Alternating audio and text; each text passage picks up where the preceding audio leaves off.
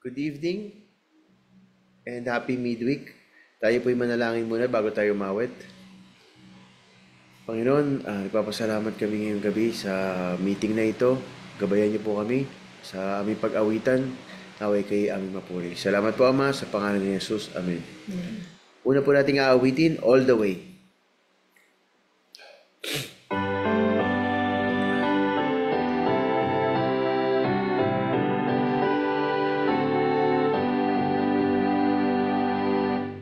All the way my Savior leads me, whatever to ask beside.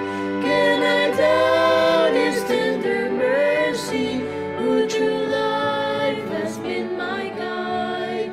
Heavenly peace, divinest comfort, here by faith in Him to dwell. For I know whatever befall me, Jesus doeth all things well. For I know whatever befall me, Jesus doeth all things well.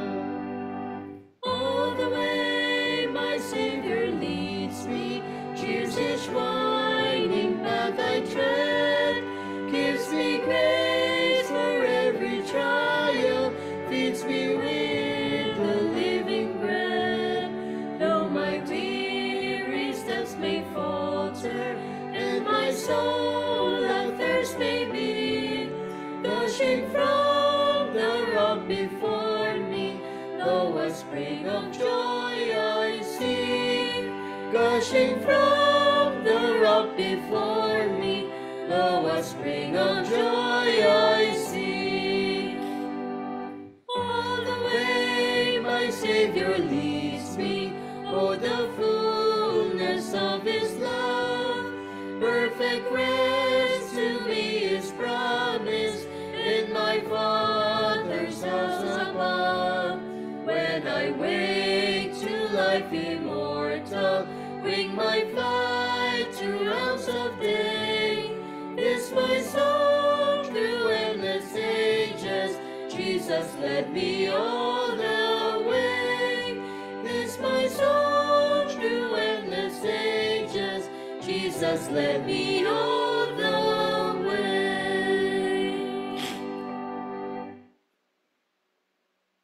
For opening song, let's sing Like Jesus.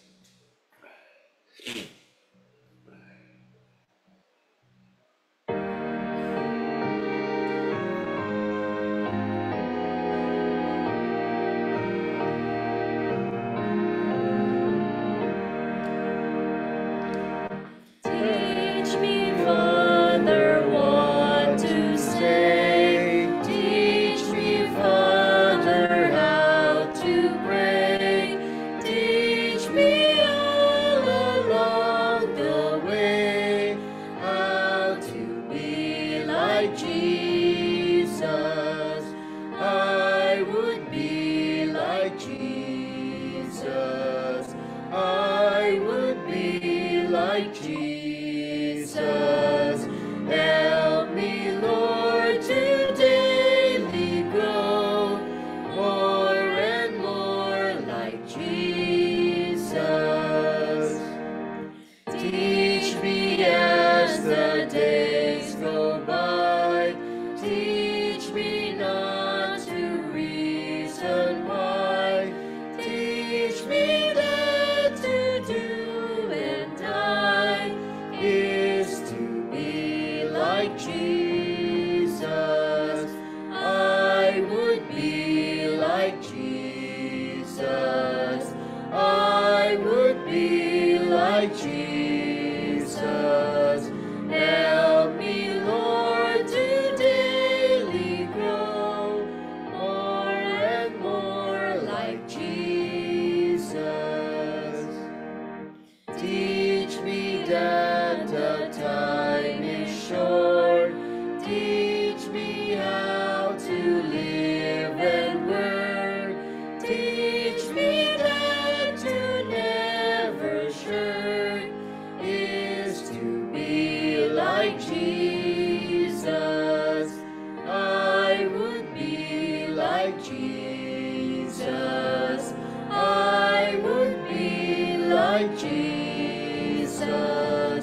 Help me, Lord, to daily grow more and more like Jesus. Teach me how we may be one, like the Father and the Son. And when all is overcome, I will be like Jesus. I would be like Jesus. I would be like Jesus. Help me, Lord, to daily grow more and more like Jesus.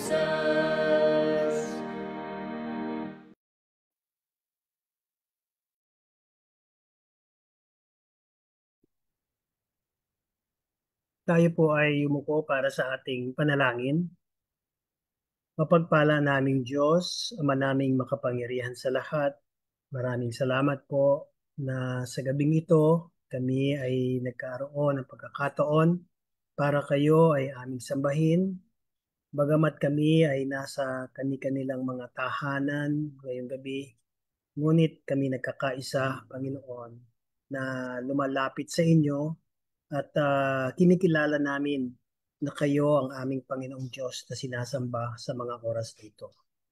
Panginoon, alam po namin na sa mga nakalipas na araw ay nakaranas kami ng maraming pag-ulan. Alam namin na ang ulan na ito ay nanggagaling sa inyo at kayo ang nagkokontrol ng kahit na rin, Panginoon, ang bagyo na dumarating. Amin pong dalangin, Panginoon, samantalang napakalaking volume na ng tubig ang aming nararanasan, Panginoon, na kung maaari, Panginoon, ang ulan na ito, Panginoon, ay inyong kontrolin para ito ay huminto na. Pagpalain, Panginoon, lalo na ang mga kapatid namin na naapektuhan ng matindi sanhi ng sobrang pag-ulan. Namin pong dalangin, Panginoon, na iligtas sila sa panganib, ang mga nawala ng tirahan at ngayon ay nasa mga lugar na ligtas, Panginoon. Inyo po sanang alalahanin sila. Marami kaming mga kababayan sa mga oras na ito ang naghihirap sanhi ng bagyong itong dumating. Nawa po, Panginoon, ay matapos na ang paghihirap na ito at manumbalik na ang buhay ng mga tao na lalo na ang mga nasalanta ng matinding pag-ulan. Kaya sa gabing ito, Diyos, aming muling nilalapit ang aming mga sarili sa inyong harapan. Samahan po kami ng inyong banal na espiritu. Aming pong dalangin, ang aming speaker, Sister Laverne, na inyo po siyang pahiran ng langis ng banal na espiritu ang kanyang labi upang maibahagi ang mensahe para sa gabing ito. At nawa po, Panginoon, idinadalangin din namin ang maayos na internet connection ng bawat isa sa amin upang ang aming pakikinig at pagtanggap ng mensaheng ito ay maging pagpapala para sa bawat isa.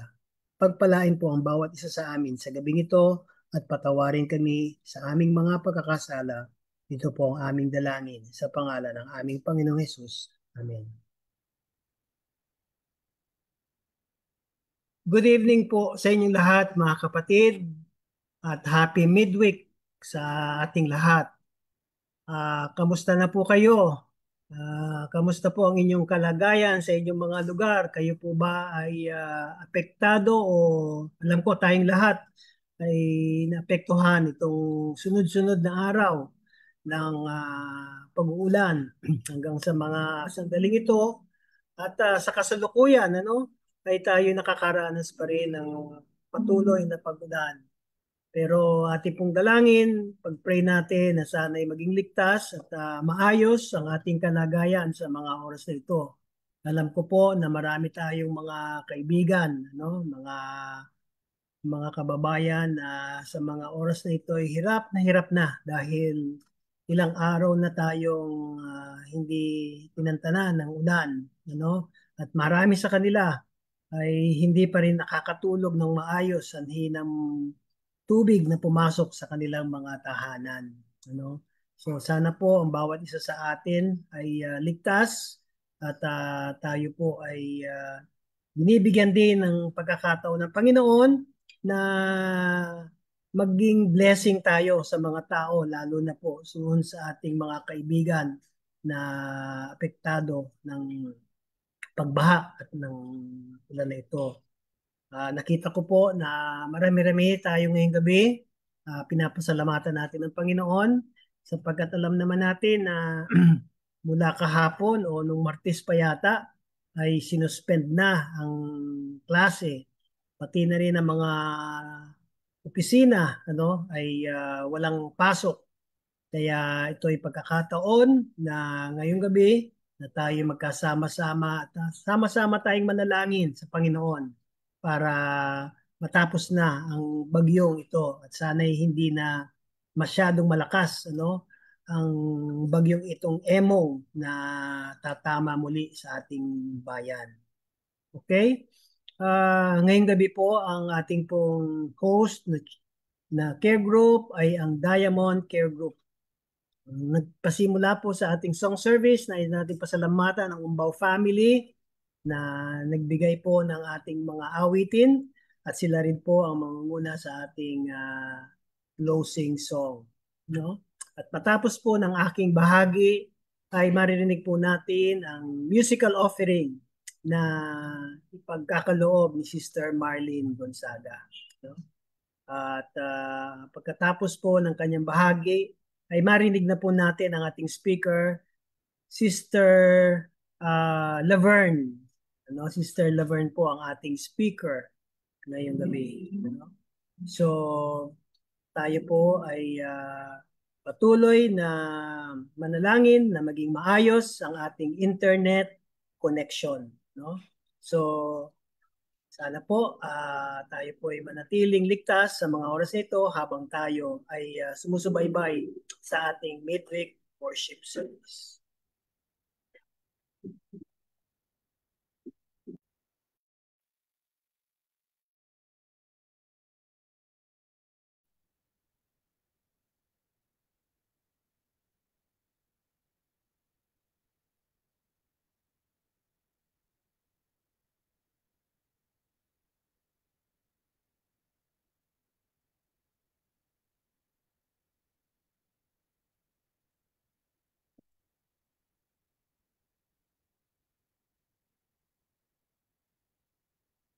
The boundless blessings the Lord has given,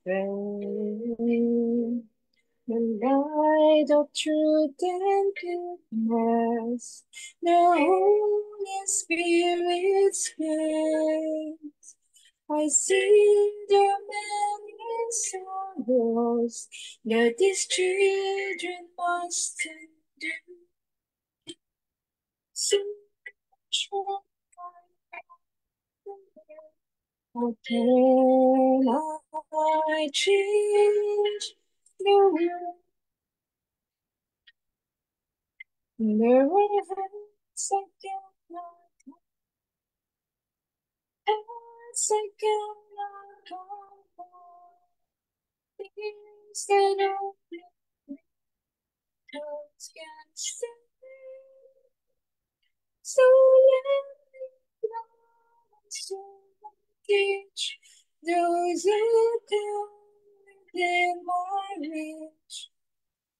For miracles begin that way.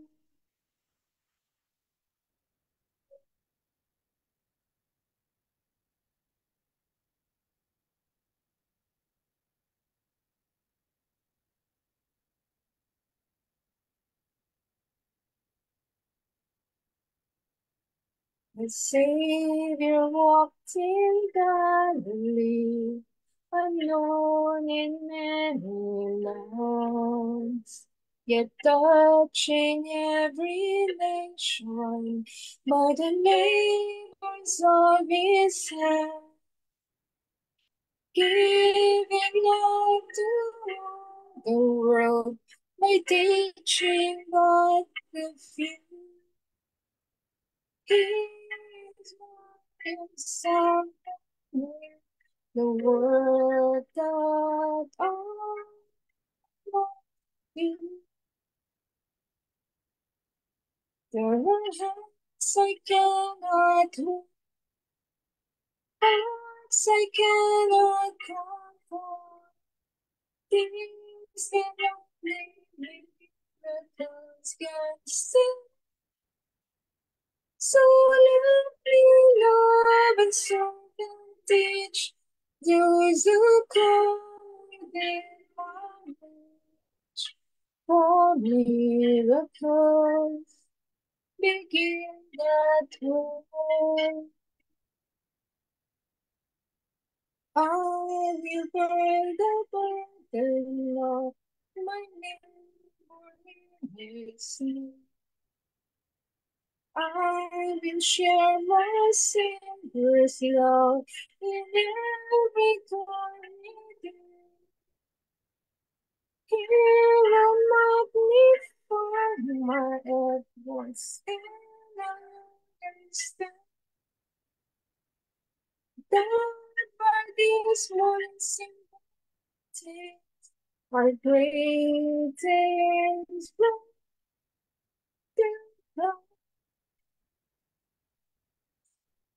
There were second no time, one second my things that leave me lost in sin. So love and serve and teach those who died in my name. For miracles begin now.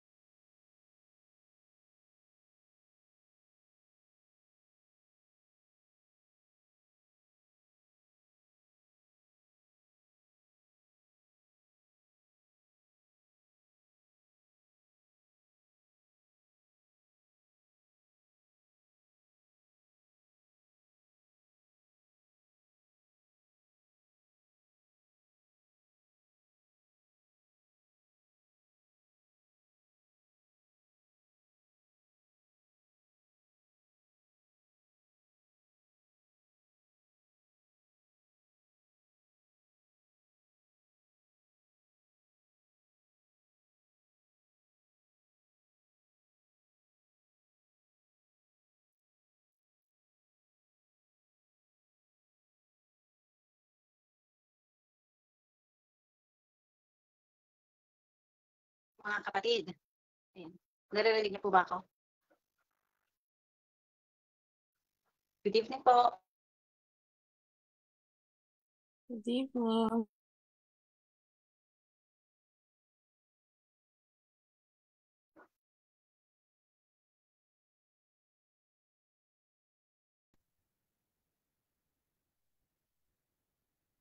Kuya Johnny, naririnig niyo po ako? Yes, Yes. yun namin. Yes. Ayan. Ay, nako. Hindi ko pa talaga alam kung paano ko to i-handle ngayon. Dahil yung laptop ko ay hindi po siya nakakonect. And then my PPT ay nandun sa laptop. And then yung notes ko ay nasa cellphone. So, ayan. Hindi ko po alam. So, i-off cam mas. Paano ba to? Isang kamay ko Mag-off cam ka na lang para mas nakahawak malaki. dito sa cellphone na gamit ko ngayon. Yung isang cellphone ay nandoon yung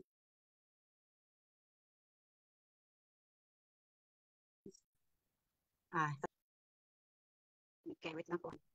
Ayan, okay. Ayan. Okay, so naka-off cam na po ako. Okay, pasensya na po. Medyo nawawala ako sa intro ko, but I know God is with us tonight, and I hope I can deliver this message from God. From broke to usefulness. Life is a journey, often leads us through valley of brokenness, leaving us feeling lost and without purpose. Yet within this very moment lies the potential for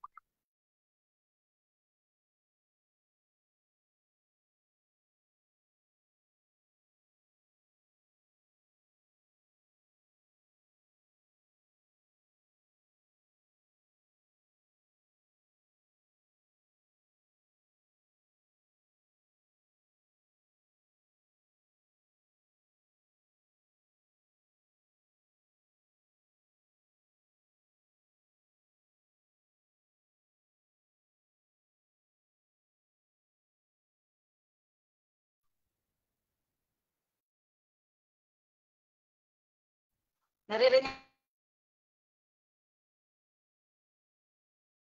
niyo na po ba ako ulit? Ayan. Opo. Yes, Sister Laverne, naririnig ka namin. Ayan, narinig Narinig niyo na. kita. Yes po. Ako, ang hirap po talaga. Paano ko kaya maitawid dito ngayon? Nawawala po ako sa flow ng aking thought. Okay, so let's continue usefulness. Ang ating pong Bible is filled with stories of people who went through brokenness to be used by God. Okay, marami po tayong mga kwento sa Bible, experience nila, na kung saan sila nakaranas ng brokenness. Bagit ko nga po kanina na naranasan ko po maging broken. Alam naman po natin na everyone longs to have a family of our own. But the moment when I had that separation experience, when I had the separation, iniisip ko po lahat ng goals ko or dreams ko na magkaroon ng family ay nasira po. And then hindi siya madaling tanggapin dahil I've been waiting, napakapili kong tao. So when I thought that it was the right time for me to settle down, I prayed God. Nanalangin ako sa Panginoon, nabigyan niya ako magagamit sa simbahan or marunong siyang gumamit ng musical instrument. And binigay naman po siya ng Panginoon. Ngunit hindi naging successful eh. So that was my first downfall. And iniyakan ko po yun. Dahil it was a failure. Pero I get on. Kasi dahil po maraming mga text sa Bible na nag-encourage sa atin. Unang kwento na nagbigay sa atin ng inspirasyon ay ang kwento ni David. Sayang, hindi makikita yung PPT na ginawa ko. But I will just go on with this. Alam naman po natin si David was broken because of his sin. And we can read that in Psalms 51:17. Alam po natin yung nangyari kay David na nagkaroon siya ng kasalanan dahil inagaw niya yung asawa ni Uriah.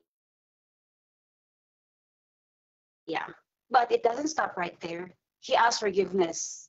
Naghumingi po siya ng patawad sa kanyang kasalanan at marami po siyang sinulat na mga prayer of supplication po sa Panginoon. Pangalawang tao po sa Bible ay si Job. Job suffering in Job 1:2. Alam po natin yung nangyari kay Job. Job lost his livestock, his wealth, his children, his wife, at saka yung iba niyang friends. Pero nakabawi po si Job. At alam po natin na doble pa nga yung blessings na natanggap niya. And then ang pangatlo po ay si Peter. Si Peter po ay dininay niya si Jesus 3 times. So he was broken by denial of Christ. Pero nung na-realize ni Peter yung kanyang kasalanan, humingi po siya ng tawad sa Panginoon. At God forgive him. At siya pa nga ang binigyan ng Panginoon ng mission to feed his lamb. At ang pang-apat po ay si Paul. Alam din natin yung nangyari kay Paul doon sa road of Damascus, kung saan po siya nawala ng paningin. At that time, he was broken. Wala siyang magawa.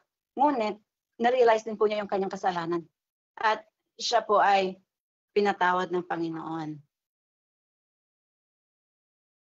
At nagiging isa siya sa mga disciples of God. Ano po bang purpose ng brokenness? It may seem counterintuitive, but brokenness serves a divine purpose in our lives. God allows us to experience brokenness for several reasons. Brokenness is not the end. It's a refining fire that prepares us for greater service. It is through our weaknesses. May 4 na bagay po dito. Purposes of brokenness. Number 1 po is humble us. 2 Corinthians 12:9. Kung mayroon po kayong Bible, pwede niyo po akong sabayan. It says here, but it said to me, my grace is sufficient for you. Therefore, I will boast all the more gladly about my weaknesses, so that Christ's power may rest on me. This verse emphasizes that God's power is most evident when we are aware of our own limitations and rely on His grace. Maalala ko noong pangalawa kong brokenness. It started like 2 years ago. Napansin niyo naman po yun, ano? That was, I think, 2023 when I started like having problem with my nerve or nerve neuropathy. Yung una po nun, ang hirap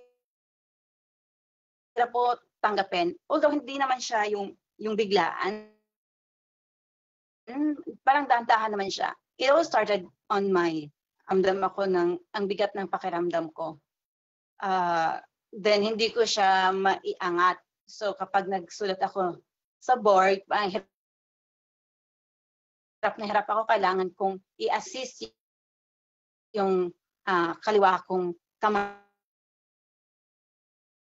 para lang siya mabuhat at magsulat. Ang sabi nga ng mga student ko,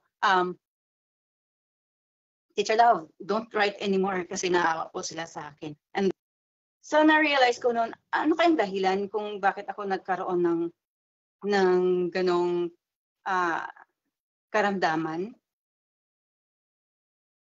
And then naisip ko ito na basa ko, humble as. So sometimes we don't know that siguro hindi ko na-realize na hindi ako ganun humble sa Panginoon. So when I read this, it came to my mind na kailangan pala nating magpakumbaba. Pangalawa po is teach dependence. Kapag malakas po tayo, kayang-kaya natin. Hindi natin kailangan ng tulong ng iba.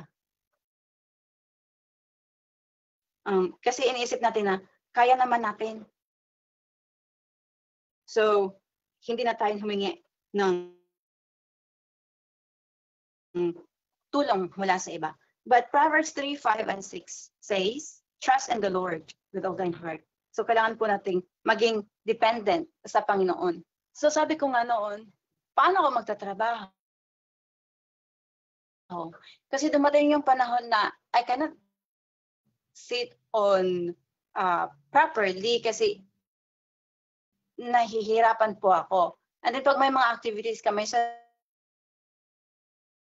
school, katulad ng sport po siya magagawa. So, parang naisip ko, ang dami ko palang hindi pwedeng gawin. And then, hindi nga, dumating na nga sa panahon, sa time na, hindi na rin ako basta makaikot left to right. Kasi po, na-outbalance ako or hindi ko siya, yung balance ko is not that strong. So, pakiramdam ko, matutumba ako. But sabi ko nga, I will just trust in God. Pero alam niyo ba, maraming nights that I cried. I shared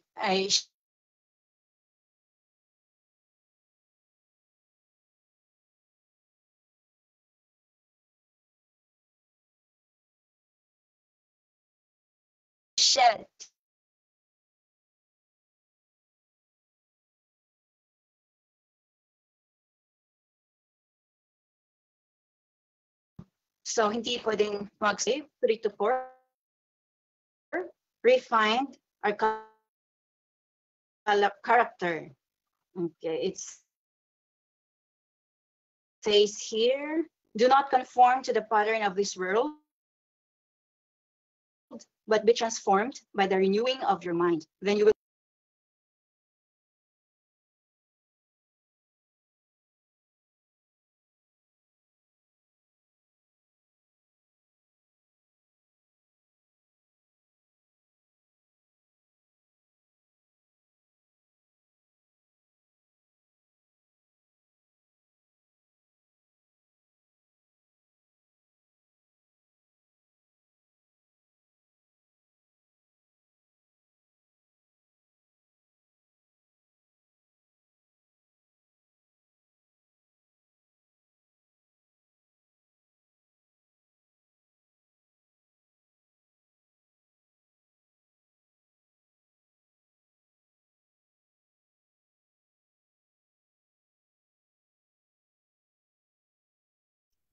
ayan, I'm back. Narinig na po ako. Romans 12:2. This verse is called to Christians, but to be transformed by God's renewing of their mind. This transformation allows them to understand and live out God's will in their lives.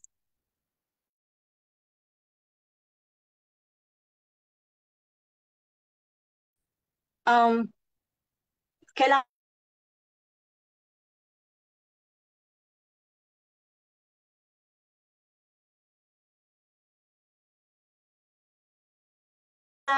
yung ating character.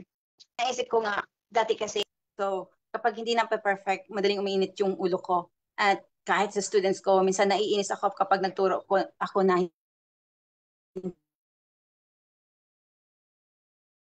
hindi nila kaagad makakuha kaagad. But when I read this, kailangan ko palang i-refine yung character ko. So, I try with God's help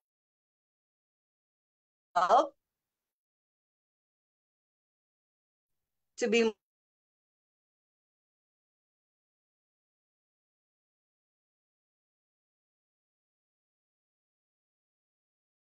more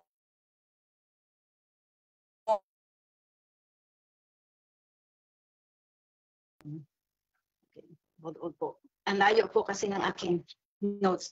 Jeremiah 61:1. The Spirit of the Lord God is upon me because the Lord has anointed me to bring good news to the afflicted. He has sent me to bind up the brokenhearted, to proclaim liberty to the captives and freedom to the prisoners. Okay. Sabi po dito, kailangan nating ihanda ang ating mga sarili kasi may mission po ang Panginoon para sa atin. Next po is the turning point. The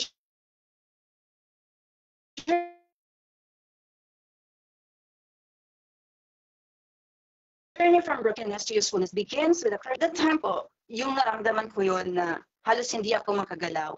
Iniisip ko, hihinto na ba ako sa pagdalo sa simbahan? Kasi parang, iniisip ko nga noon para akong robot. Hindi ako makagalaw. Pag umakyat ako sa pulpit, parang nakakaya naman. Kasi parang robot ang pakiramdam ko sa akin eh. And then, I was so scared na baka mamaya matumba ako or what. But then, sabi nga dito, we have 3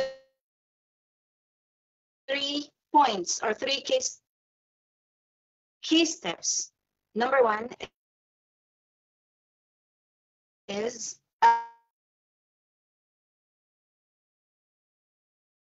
acknowledging and repenting, trusting His plan, recognizing our need for divine intervention is the first step toward transformation, for God to work in our lives. As we seek God's healing and restoration, we invite His transformative power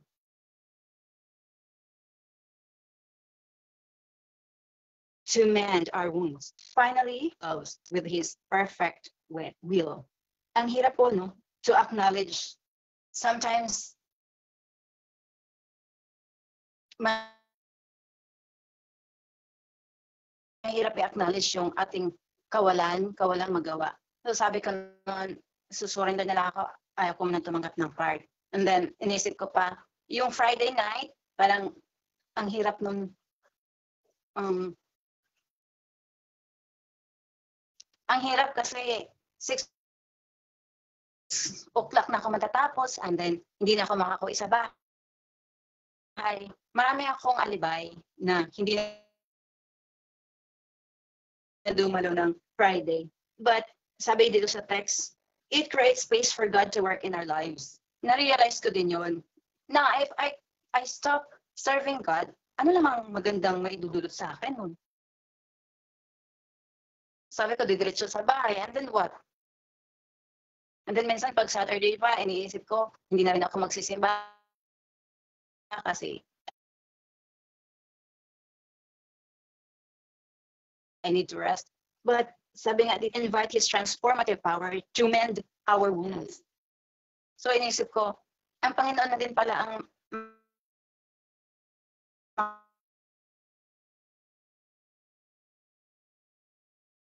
makakapagpagaling. So sabi ko, sige, okay lang, diretso na lang ako doon from school. So ang ginawa ko, sabi ko, pwede naman akong maghilamos sa school bago ako umalis eh. Or, yeah, my toothbrush naman, something like that. Okay lang kapag hindi ako change ng clothes. So, yun po. Next is the healing process. After surrendering to God, the healing process begins.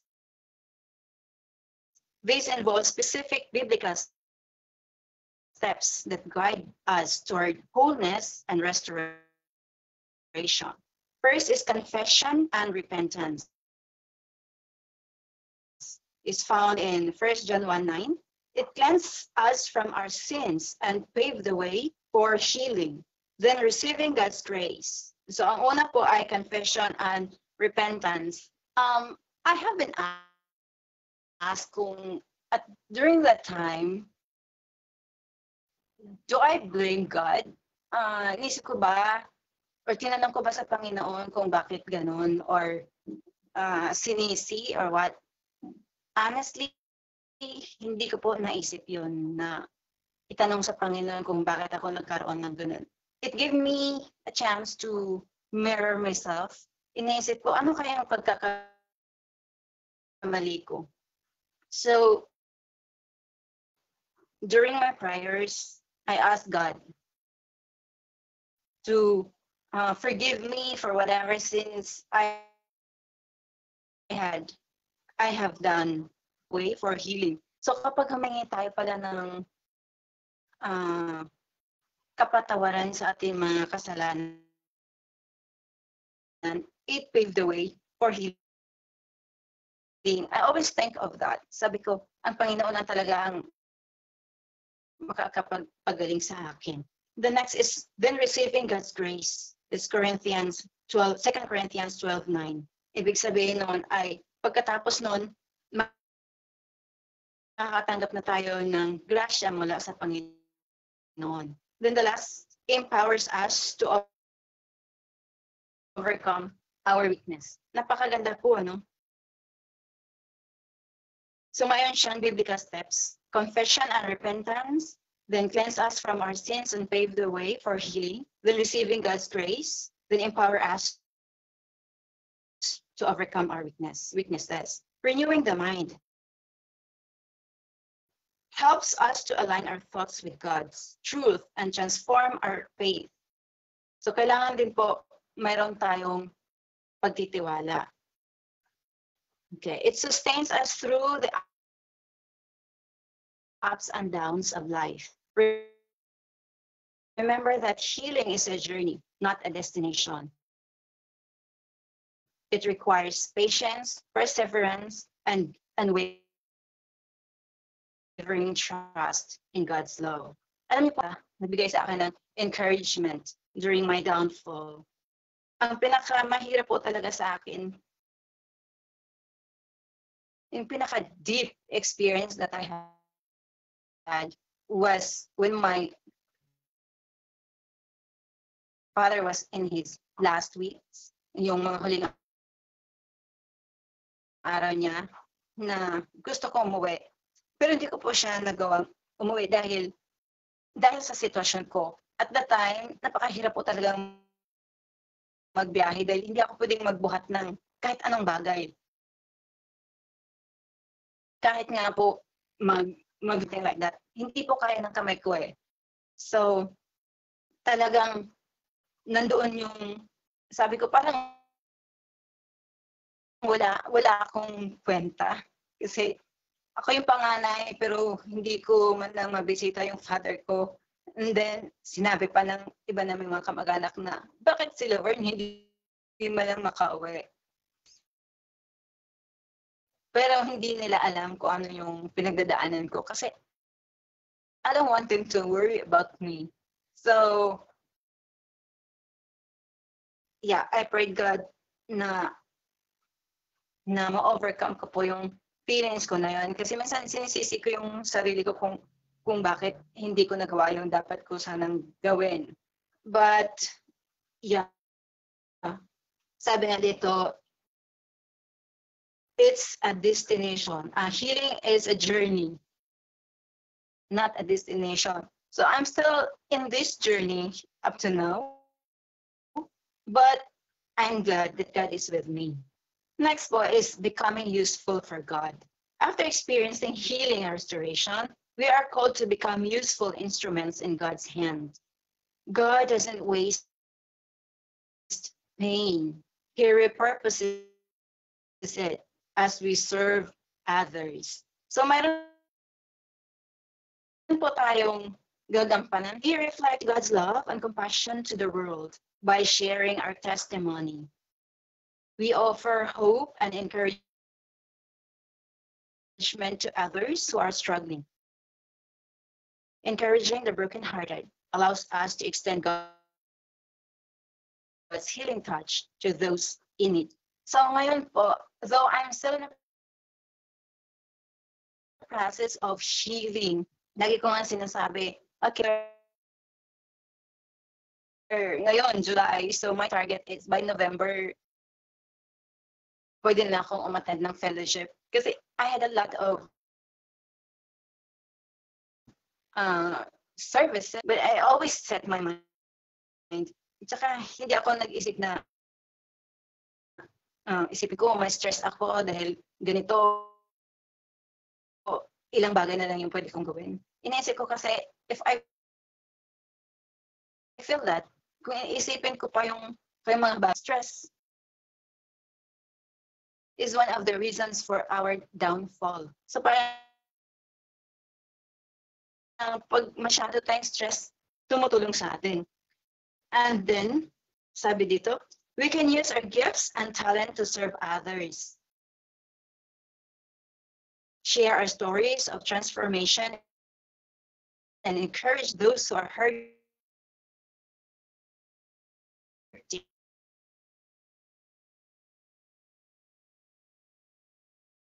by embracing our calling. We can make a tent. So the first is, siguro this is just trial for me para sukatin talaga kung gaano ako ka-strong, gaano ako ka-faithful, gaano yung ang service na gagampanan ko para sa Panginoon. So I decided I will serve God. Maalala ko nga nung Sabado, akala ko hindi kami makasimba dahil sobrang lakas po talaga ng ulan. And then sabi ko kayang maglakad dyan sa ulanan. Hindi kaya ako madulas or ma-outbalance. But then God sent kapatiran natin si Doc Umbao. Talagang sinundo niya kami. Tumitingin ako kung message ba ako na hindi kami makasimba, but then tumawag si Doc Umbao, and then ako nakasagot, and then sabi niya, sis, pupunta kami dyan para sunduin namin kayo. Ayaw na sana namin pasundo dahil nandito na daw siya on the way, and then maya tumawag siya, nandyan niya sa harapan. So although it's not easy for me, kasi medyo mataas yung sasakyan ni Doc Umbao,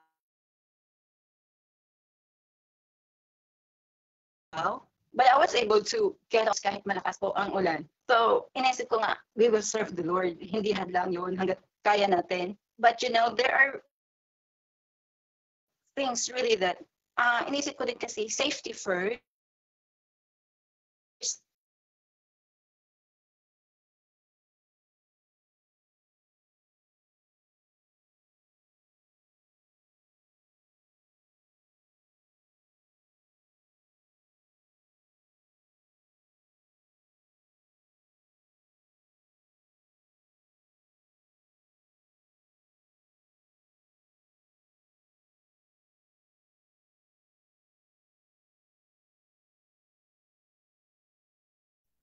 Okay, so inisip ko nga dun sa Barangay 160 para mag-participate.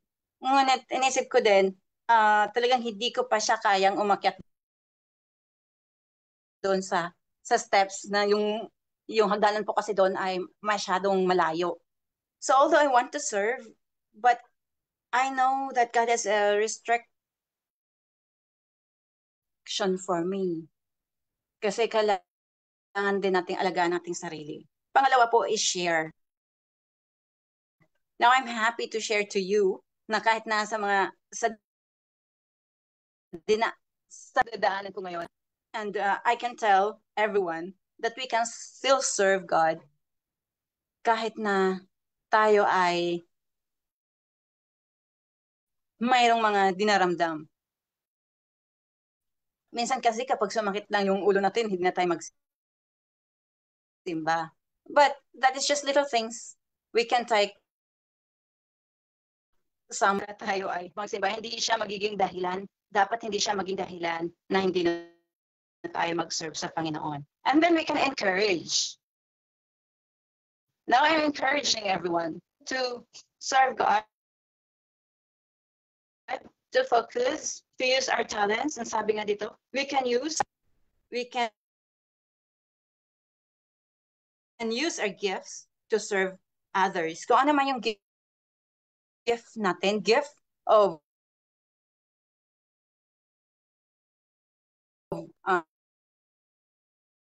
singing, to play an instrument, or gift to make friends, share natin sa ibang tao para mailapit natin sila sa Panginoon. Now, we're going to have our takeaway journey. Let's summarize the key takeaways from our discussion. Brokenness is not the end. It is a process for greater purpose.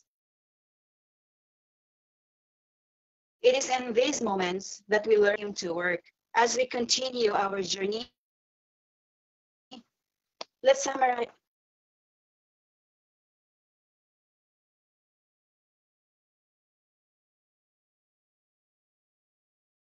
We become vessels of His grace for others. By sharing our stories of transformation, we offer hope and encouragement to those who are struggling. God calls the broken, transforms them, and uses them. God calls the broken and uses them to accomplish His divine purpose. Alam niyo po, paano ba tayo kumain ng mani? Di ba binibiyak naman natin? Hindi naman tayo pwedeng kumain ng mani na kainin natin pati balat. So, we break it. So, when it is broken, we can use it, right? Paano din ba tayo kumain ng orange? Kakainin ba natin siya ng buo? Hindi di po ba? Kailangan natin i-break din yung balat niya. Kuhanin natin yung laman. So we still break it. At paano ba natin makuha yung tubig sa buko na masarap? Yung kanyang flesh na masarap din, di ba? Binibiak natin para makuha natin yung sabaw, para makain natin yung malambot na laman. Kahit na nga po sa niyog we cannot use the coconut without breaking it. Kailangan hatiin natin siya, kailangan basagin natin siya para magamit natin yung loob. And then, ang buo, pwede ba hindi din po, di ba? Kailangan natin siyang basagin para magamit natin siya. Magamit natin ang kanilang purpose. So, we are like that. God used the broken. God can still use us to be more fruitful. Now, in conclusion and encouragement, remember, the Lord is close to brokenhearted and saves those who are crushed in spirit. That is in Psalm 34:18. He is the ultimate healer and restorer. Trust God.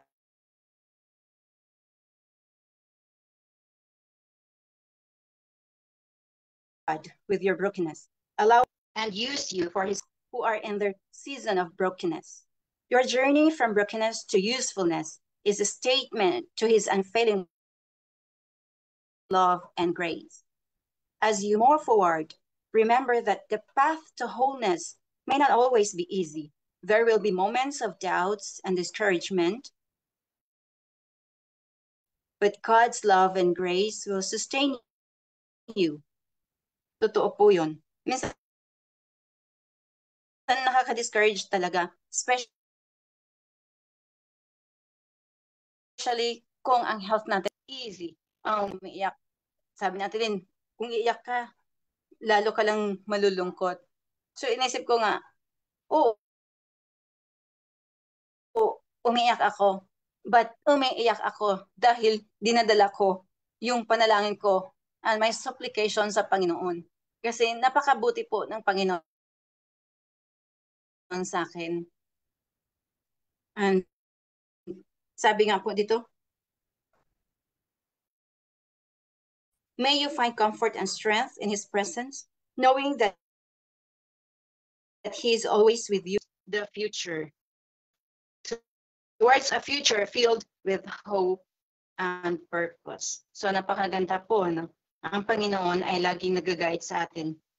Lagi niya tayong sinustain ng love and grace and comfort and strength during the time na we are down. And I hope and pray that kahit na putol-putol yung internet, mayroon naman tayong natutunan sa pamagitan ng message. That's all. Amen.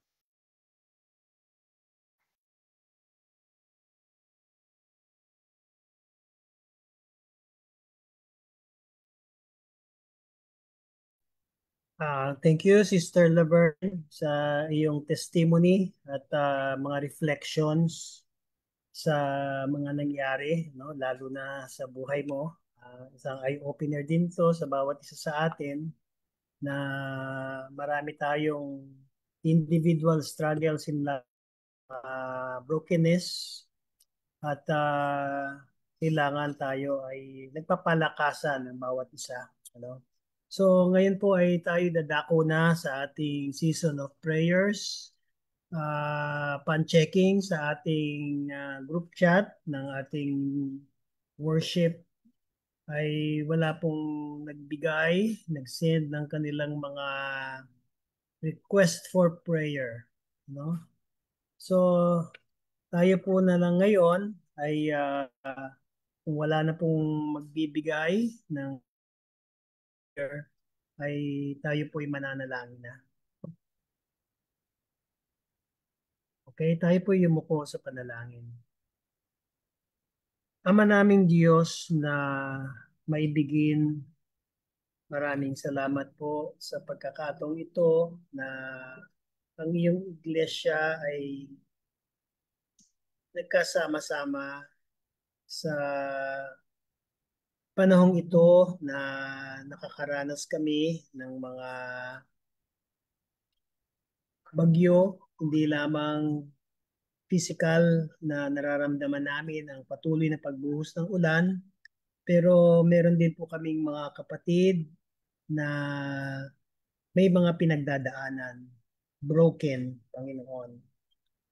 At sa aming narinig ngayong gabi, Panginoon, alam po namin na kayo ay nakarinig ng kanyang sinabi na sa gitna ng mga nangyayari na minsan hindi namin maintindihan, hindi maipaliwanag ang mga sunod-sunod na insidente ng buhay na nagiging question.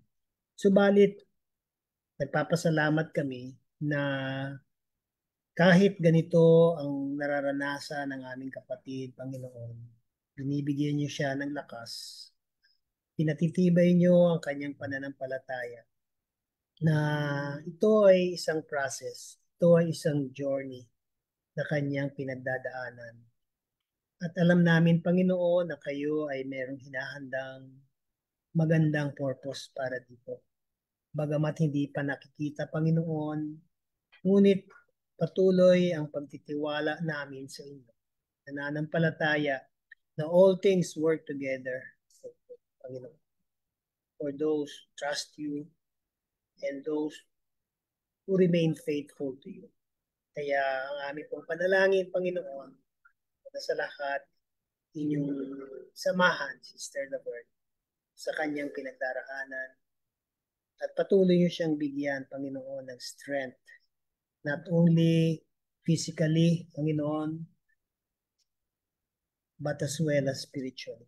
Sapagkat kailangan niya, Panginoon, na lalong maging malapit sa inyo. Alam namin, Panginoon, na on our own, we cannot fix anumang brokenness ang meron sa aming buhay, kayo lamang ang nakapagbubuo nito, Panginoon. At kayo lang ang makapagbibigay sa amin ng magandang future, knowing that you have promised to take us to heaven when you shall come.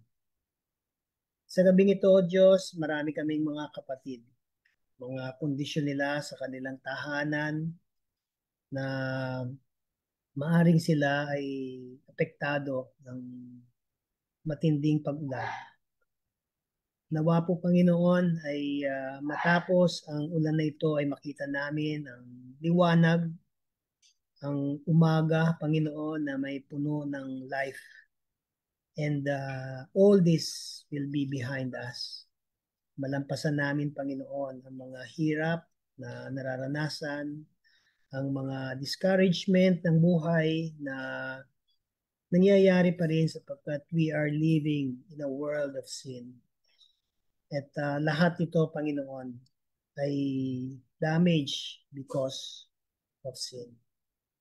But we can trust, Lord. We can trust in you that in spite of all the miseries in life that is happening, we have a hope. We have a God who hears us, who understands our aches, our pains, our unfortunate incidents in life, knowing that we can rely on you, that you will help us go through life, knowing that you are always there, reaching your hand for each one of us. And so tonight, Heavenly Father, lumalapit kami sa inyo nang may pagpakumbaba. Aming pong dalangin na inyo kaming hawakan, i-lead kami, Panginoon, at dalhin kami, Panginoon, sa mga, lalo na sa mga tao na mas unfortunate, mas nahihirapan kaysa sa amin. Maging blessing ang bawat isa sa amin, Panginoon, sa mga tao na nangangailangan. Alam namin, Panginoon, na maraming mga taong ganito ang kondisyon nila sa buhay. Hirap. Kaya huwag po sana, Panginoon, kami maging content lamang na nakatira o nabubuhay sa aming mga comfortable places. But itong storm na dumarating sa aming buhay, Panginoon, let this be a moment that we can use this, O Lord, to reach out to individuals, to people who are in need, who are struggling in life, O Lord. Though it be physical struggles, emotional, and also spiritual struggles. Sana ang bawat kaanib ng iglesia, Panginoon, ay maging bahagi sa pagliligtas o may salba namin, Panginoon, ang kanilang kahirapan. Ngayong gabi rin, Panginoon, dinadalangin namin ang bawat isa sa amin na narito. Pinagpipray namin, Panginoon, anumang mga problems na ang bawat isa ay pinagdadaanan. Alam namin, Panginoon, we are not exempt. Bawat isa sa amin din ay may mga kanya-kanyang mga dinadalang problema. And we endorse this to you, Lord. Binibigay namin sa inyo ang mga problemang ito. Nawa kayo ang magbigay sa amin ng healing na ma-resolve namin ang mga problems na ito sa aming buhay. At sa tulong, Panginoon, sa pagtiwala namin sa inyo, help us to be faithful to you. Because we know that the time that what we are living now is so soon na yung kayo malapit na dumating. Maraming salamat, Panginoon, sa mga blessings na ito na ibinibigay mo sa amin through your words. And help us, O Lord, that we may build on this. Thank you, Lord, for hearing and answering our prayer. Forgive us our sins. In Jesus' name we pray. Amen.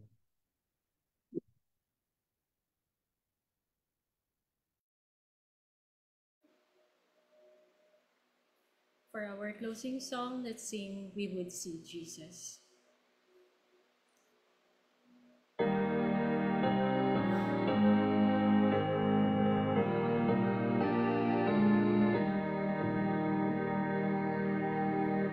We would see Jesus, for the shadows lengthen across the little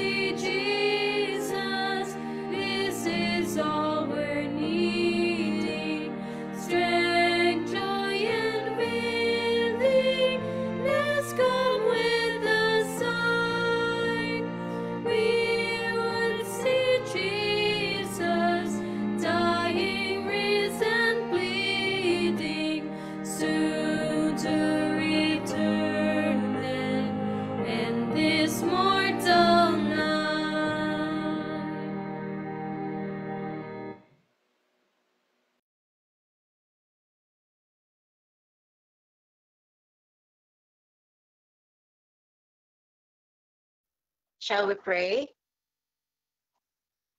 Our dear God and Heavenly Father, thank you for being with us in this journey that often leads us to the valley of brokenness, leaving us feeling lost and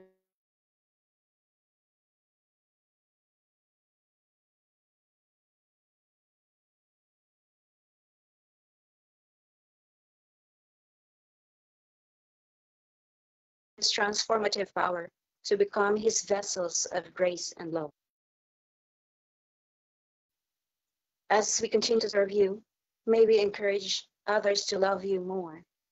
And Lord, please help us to embrace your calling so we can make a tangible difference in this world and bring glory to God. Please forgive us as we forgive those who sinned against us.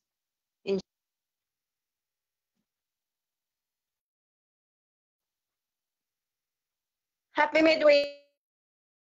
Happy